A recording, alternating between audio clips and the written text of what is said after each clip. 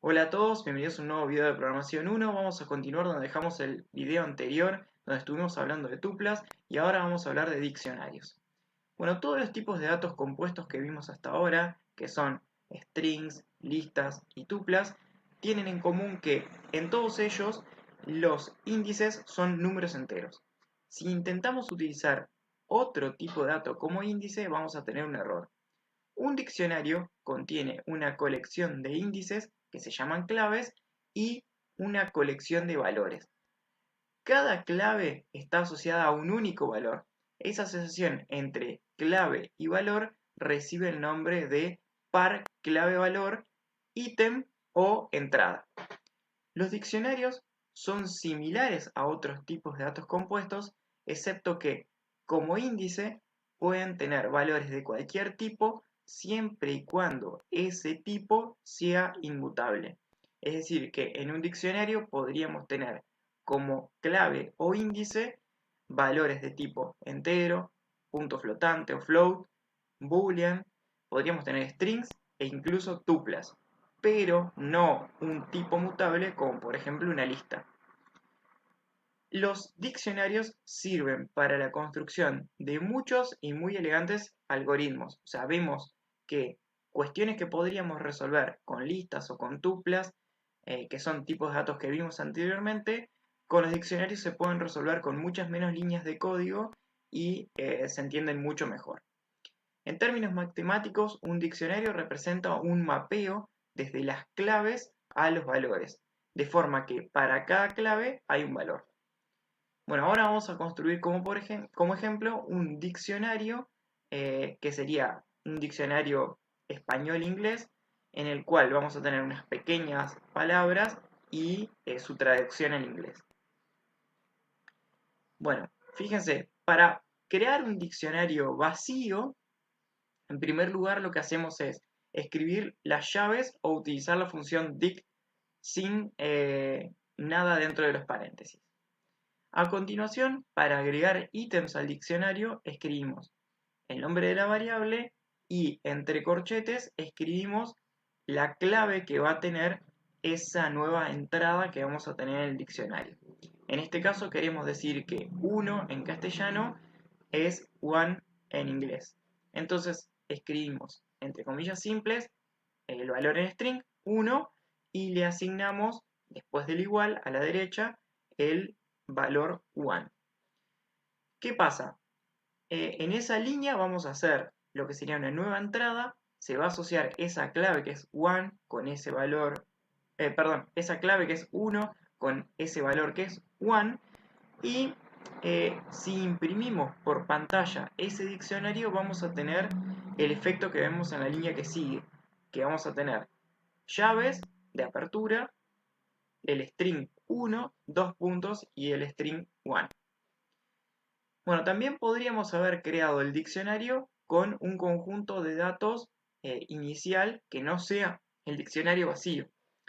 Y eso lo hubiésemos hecho diciendo, bueno, 1, 2 puntos, 1, 2, 2, 2 puntos, 2, 3, 2 puntos, 3 y cerrando la llave.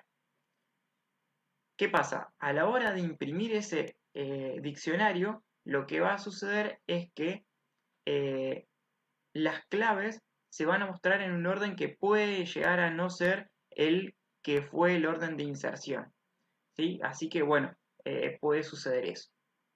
Vamos a ver en Visual Studio Code cómo funciona un diccionario.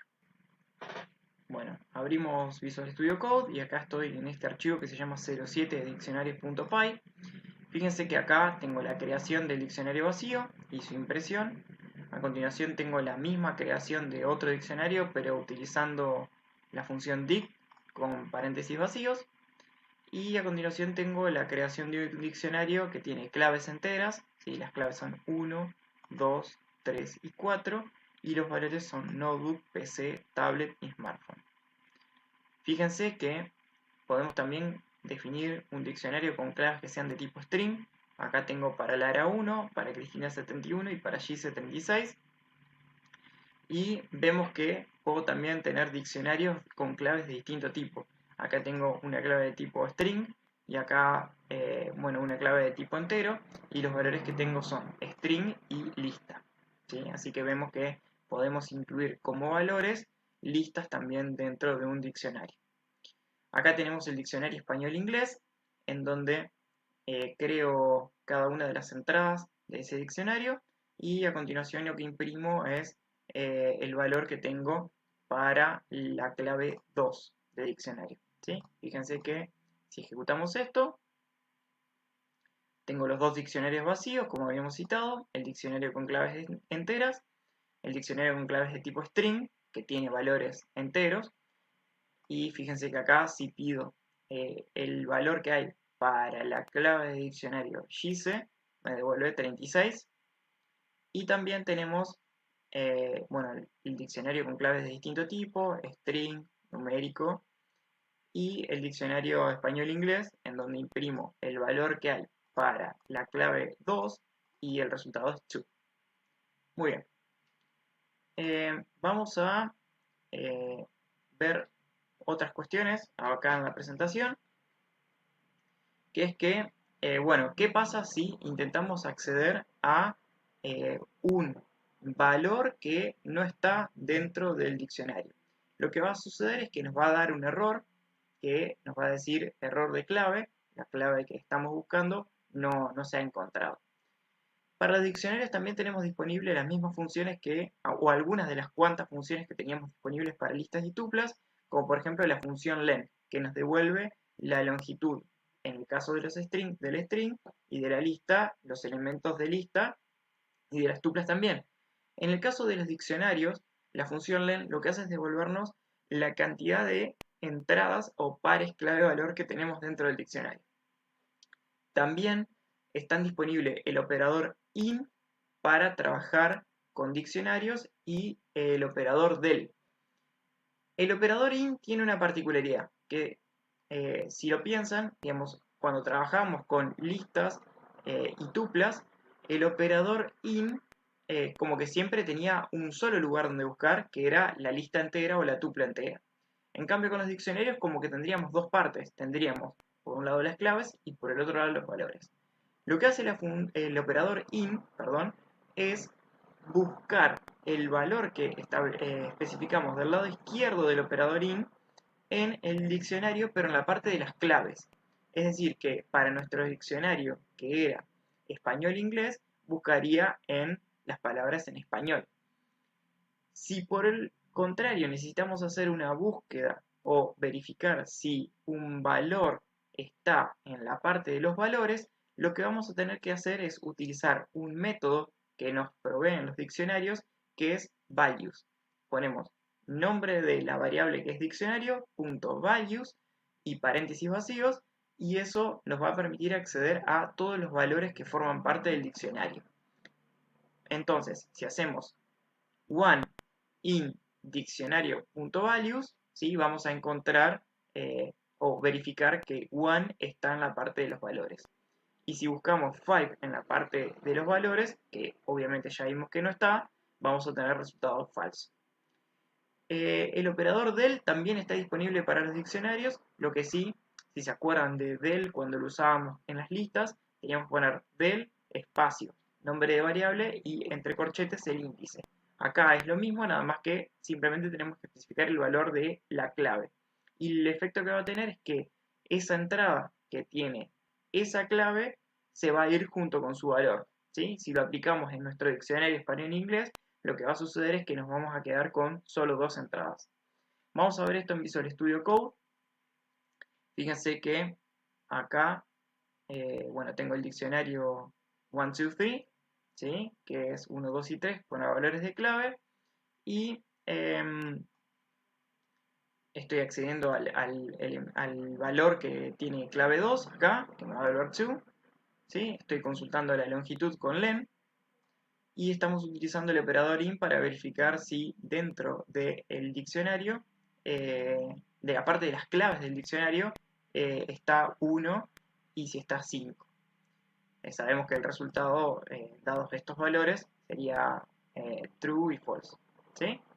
Y bueno, y a continuación tenemos lo que sería la verificación de si one está dentro de los valores y si 5 está dentro de los valores, y la eliminación del elemento 1 que tiene clave 1 del diccionario. ¿Sí? Fíjense que al ejecutarlo se crea el diccionario. En la clave 2 tenemos el valor 2. Consulto la longitud del diccionario, es 3. Verifico que 1 está en el diccionario, el resultado es true. 5 no está en las claves del diccionario, el resultado es false. 1 está en lo que serían los valores del diccionario, ¿sí? Fíjense que aparece a la izquierda del 2 puntos. 5 no está en la lista de valores. Y bueno, si elimino el valor que tenía clave 1, fíjense que me queda con dos entradas, que son 2 y 3 las claves de esas entradas. Muy bien, vamos a continuar con la presentación. Y vamos a ver ahora otro uso que podemos darle a los diccionarios, que es para representar lo que serían entidades. Bueno, en Python, como los diccionarios nos permiten asociar una clave a un valor, lo que podemos hacer es utilizar eso para representar algo que en otros lenguajes de programación está disponible como registros, ¿sí? Que básicamente es contar con alguna forma de definir que para una misma entidad tenemos atributos y valores asociados a esos atributos, ¿sí? Supónganse que tenemos algo más complejo que representar que lo que sería un texto o una lista de valores de tipo numérico y demás, que es, por ejemplo, una entidad del mundo real, como por ejemplo un auto, ¿sí? El auto tiene distintas características y cada una de esas características pasaría a ser la clave del diccionario y los valores serían condiciones puntuales de en este caso, un vehículo o una entidad, digamos, en el dominio del problema que tengamos, ¿sí? Entonces tendríamos, por ejemplo, para el auto que estamos viendo en pantalla, sería tipo, automóvil, el año sería 2022, marca Ford, modelo Focus ST y color azul, ¿sí? Vamos a ver esto en Visual Studio Code.